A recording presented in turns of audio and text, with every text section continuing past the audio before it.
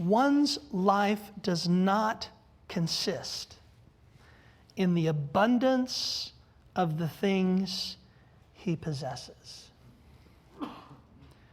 This is the primary point of the passage. It's the primary point that Jesus is trying to make. And the parable that follows is simply illustrative of that point.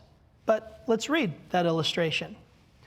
Then he spoke a parable to them, saying, "The ground of a certain rich man yielded plentifully. And he thought within himself, saying, 'What shall I do, since I have no room to store my crops?' So he said, 'I will do this. I will pull down my barns and build greater. And there I will store all my crops and my goods. And I will say to my soul, soul, you have many goods laid up for many years. Take your ease. Eat, drink, and be merry.' But God said to him, 'Fool, this night your soul will be required of you. Then whose will those things be which you have provided? So is he who lays up treasure for himself and is not rich toward God.'"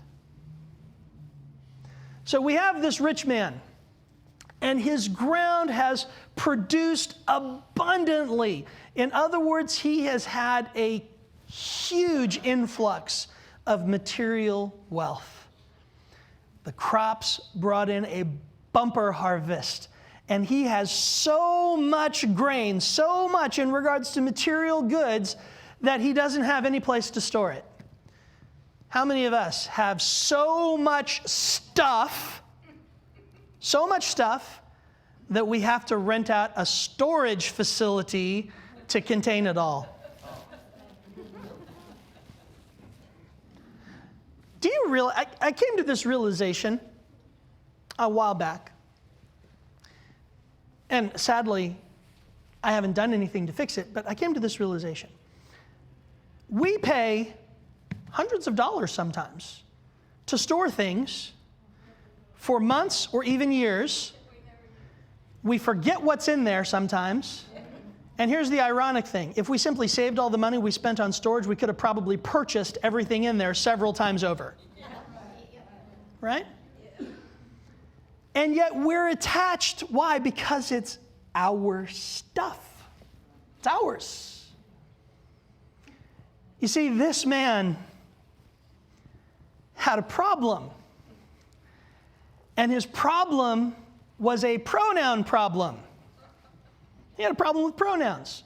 People these days, oh my goodness, you log into a Zoom meeting and it has, my pronouns are.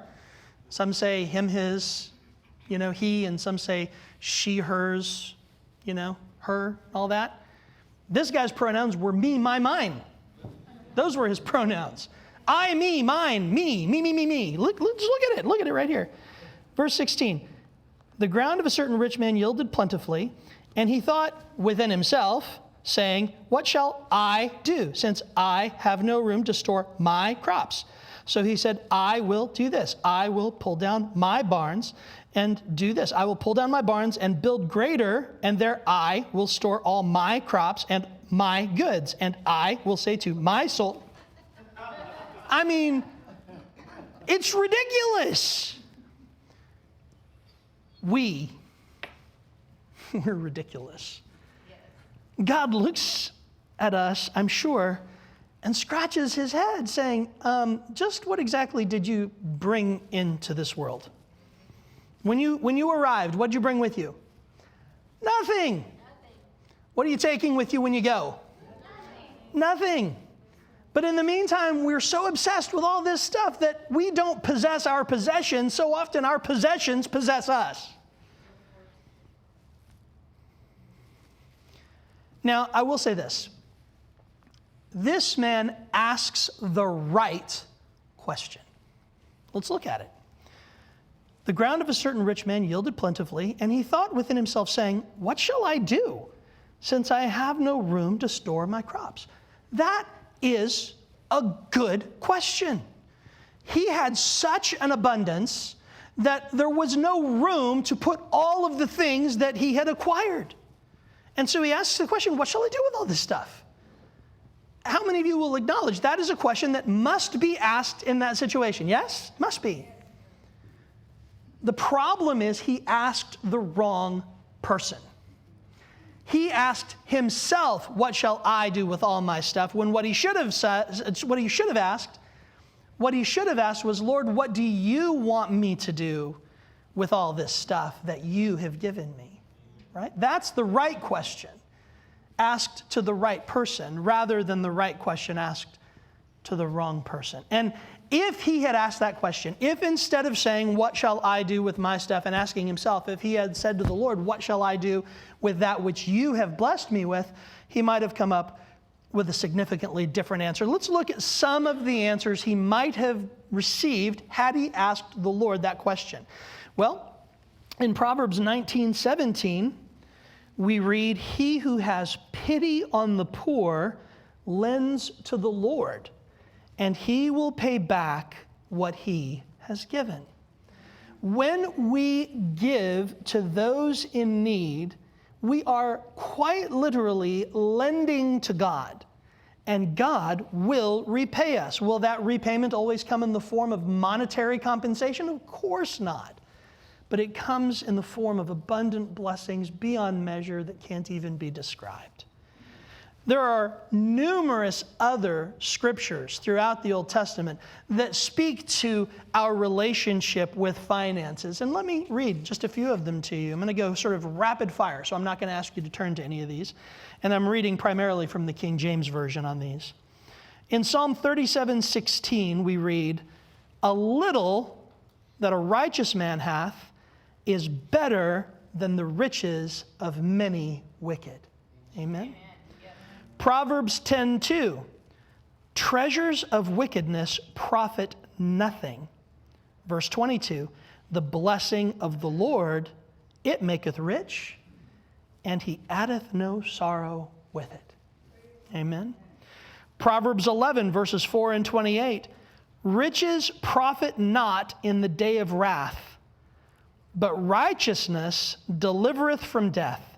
He that trusteth in his riches shall fall. Amen. Proverbs 13:7. There is that maketh himself rich, yet hath nothing. There is that maketh himself poor, yet hath great riches. You make yourself rich, and you have nothing. You give to others to the point that you make yourself poor, and you have great riches. You need an illustration for that principle? It's a Wonderful Life. Yes. Right? It's a Wonderful Life. Mr. Potter made himself rich, and he had nothing and no one. Right? Bailey, he made himself poor, but he was rich in friends. Amen? He was rich in blessings. Proverbs 23:4, labor not to be rich. Cease from thine own wisdom. Wilt thou set thine eyes upon that which is not? For riches certainly make themselves wings. They fly away as an eagle toward heaven. Now, does that mean that we shouldn't labor? Does that mean that we shouldn't work? Of course it doesn't mean that. In fact, the scripture tells us that those who don't work don't eat, right? So clearly we're to work. But the point is, are we working because our work adds value to our life? Or are we working simply to get rich? Are we working so that we can provide for the needs of ourselves, our families, and our communities? Or are we working simply to increase the digits in our bank account? What are we working for? That's the question. It isn't that we should or shouldn't work. It's that what is our objective? What is our goal? What is the standard of measure that we use to evaluate the purposefulness of the work that we do? Proverbs 16:8 says, better is a little with righteousness than great revenues without right.